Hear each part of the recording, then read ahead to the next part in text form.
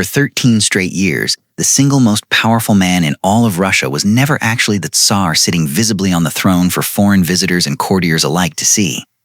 It was his own brother-in-law, quietly pulling nearly every important string from just behind him, largely unnoticed by the wider outside world. The Tsar himself was widely considered too gentle, too devout, and simply too disinterested in worldly power to actually govern a sprawling, genuinely dangerous, unpredictable empire entirely on his own two shoulders. His name was Feodor I, and this is the strange, quietly consequential true story of how one genuinely pious man's simple, honest disinterest in ruling ended up reshaping the entire future of Russia for generations and generations afterward. To understand how an entire vast empire could be secretly run by someone other than its own official ruler for over a decade, you first have to understand exactly what kind of man Feodor actually was, deep down, underneath the title.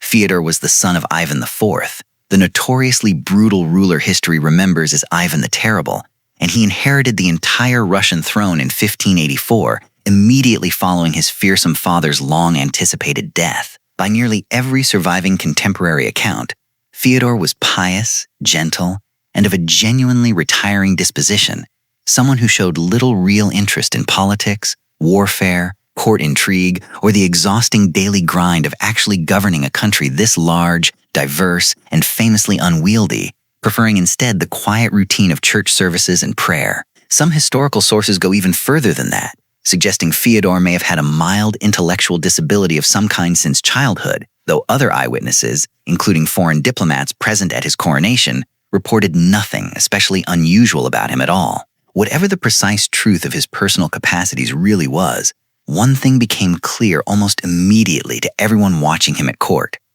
Feodor himself had absolutely no real personal interest in actually wielding the enormous power that had just been placed directly in his hands. Knowing this well about his own son, Ivan the Terrible had arranged, on his own deathbed, for a regency council of powerful boyars to carefully guide his gentle, unworldly son through the difficult early years of his coming reign as Tsar. That regency council included several ambitious, genuinely capable men all vying quietly for influence, among them Fyodor Nikitich Romanov, Vasily Shwisky, and a shrewd, patient, calculating boyar named Boris Godunov. Godunov held two very useful, carefully cultivated family connections that set him distinctly, unmistakably apart from every other man on that regency council competing for real influence. He was the son-in-law of Malyuta Skuratov, Ivan the Terrible's infamous and widely feared chief enforcer during the darkest, bloodiest years of the old reign, and, perhaps even more importantly for his future ambitions, he was also the older brother of Fyodor's own wife, Irina Godunova. That second connection made Boris Godunov the new Tsar's own brother-in-law by marriage, giving him a level of close, personal, family-based access to the throne itself that none of his other rivals on the entire council could realistically hope to ever match. Godunov used that unique access ruthlessly and remarkably effectively, one careful, calculated step at a time. Within just 2 years of Fyodor's coronation, by around 1586, he had systematically outmaneuvered every single rival on the Regency Council to become the empire's clear, undisputed, dominant power broker. Fyodor remained the official Tsar in every ceremonial and legal sense that mattered publicly to the outside world. But Boris Godunov was now, in actual daily practice, quietly running the entire vast Russian state day to day, decision by decision. For the next 13 full years, that unusual arrangement essentially held steady without any serious disruption from any direction at all. Fyodor devoted himself almost entirely to religious observance and court ceremony, while Godunov quietly managed foreign policy, domestic administration, and the entire machinery of actual day-to-day governance. Under this quiet, unusual arrangement, one genuinely significant, lasting achievement did emerge for the entire nation. In 1589, the Moscow Patriarchate was formally established, elevating the Russian Orthodox Church to full, independent patriarchal status for the very first time in its long history. But there remained one serious, genuinely unresolved problem hanging over Boris Godunov's long-term position. Fyodor had no son of his own, and Ivan the Terrible's youngest surviving child, a boy named Dmitri, was technically next in line for the throne if Fyodor ever died without a direct heir of his own.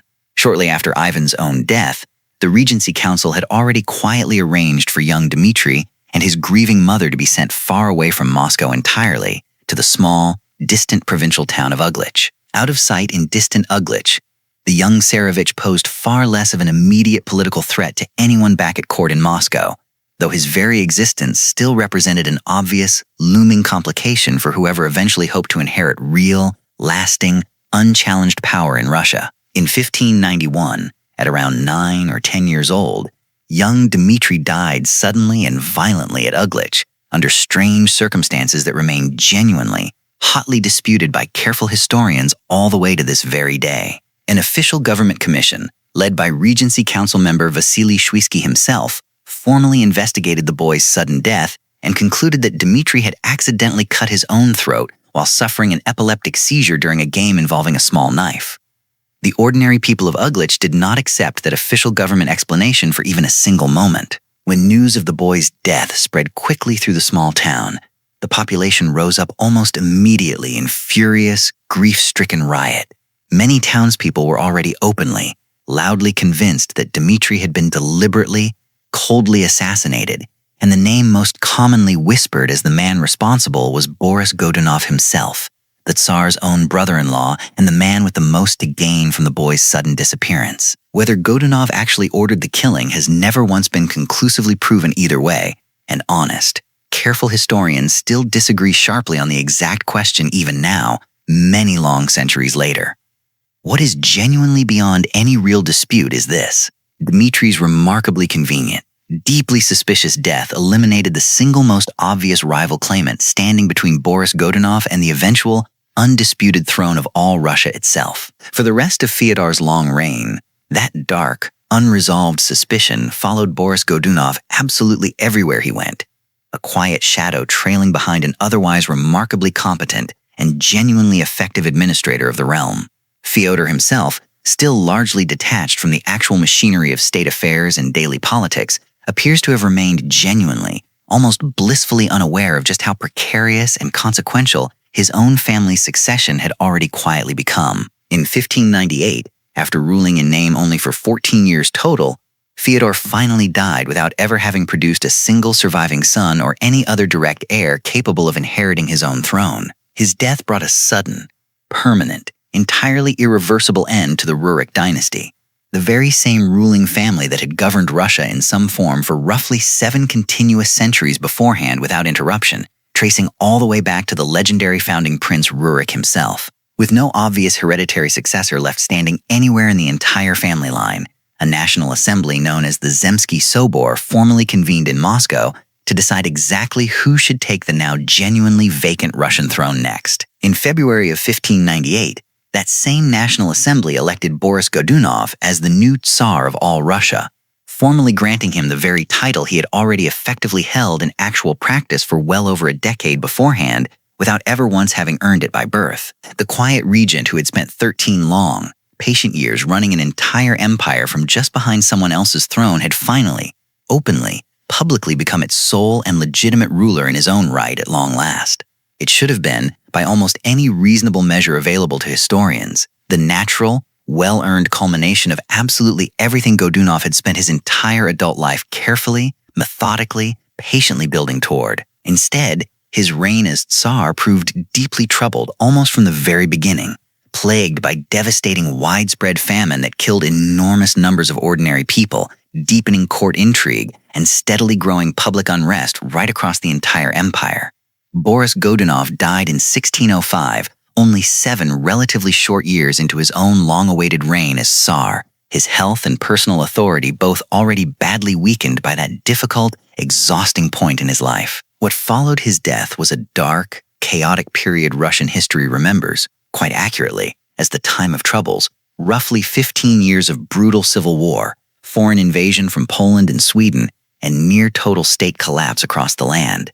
Multiple different pretenders, each one known to history simply as a false Dmitri, emerged one after another during this genuinely chaotic period, each one falsely claiming to actually be the very same Tsarevich who had supposedly died back in Uglich all those years earlier, and each one finding at least some willing followers. The very same suspicious, unresolved death that had once quietly cleared Godunov's own path to power now came back to haunt all of Russia again and again, fueling rebellion after rebellion for an entire following generation of its people. Russia would not find any lasting stability again until 1613, when a new ruling family, the Romanovs, were finally chosen to found an entirely new, lasting dynasty out of the surrounding wreckage of the old one, a dynasty that would go on to rule Russia for the next 300 years. So what does the strange, quietly consequential story of Feodor I, the gentle Tsar who never really wanted the job in the first place, actually leave behind for us today? A power vacuum at the very top of any system rarely, if ever, actually stays empty for very long. It gets quietly filled by whoever happens to already be positioned to fill it, whether or not they were ever formally chosen for the job. And exactly how that vacuum gets filled can end up defining an entire nation's fate for generations after the original ruler is already long gone from the scene. Fyodor was never truly, personally interested in ruling Russia at all. And in the end, his quiet, gentle disinterest simply handed the entire country to a man who very much was interested, setting in motion a long chain of events that would eventually plunge the whole empire into total chaos. Sometimes the single most consequential decision any ruler ever makes across his entire reign is the one he never actually chooses to make at all, and simply, quietly lets happen instead, one day at a time.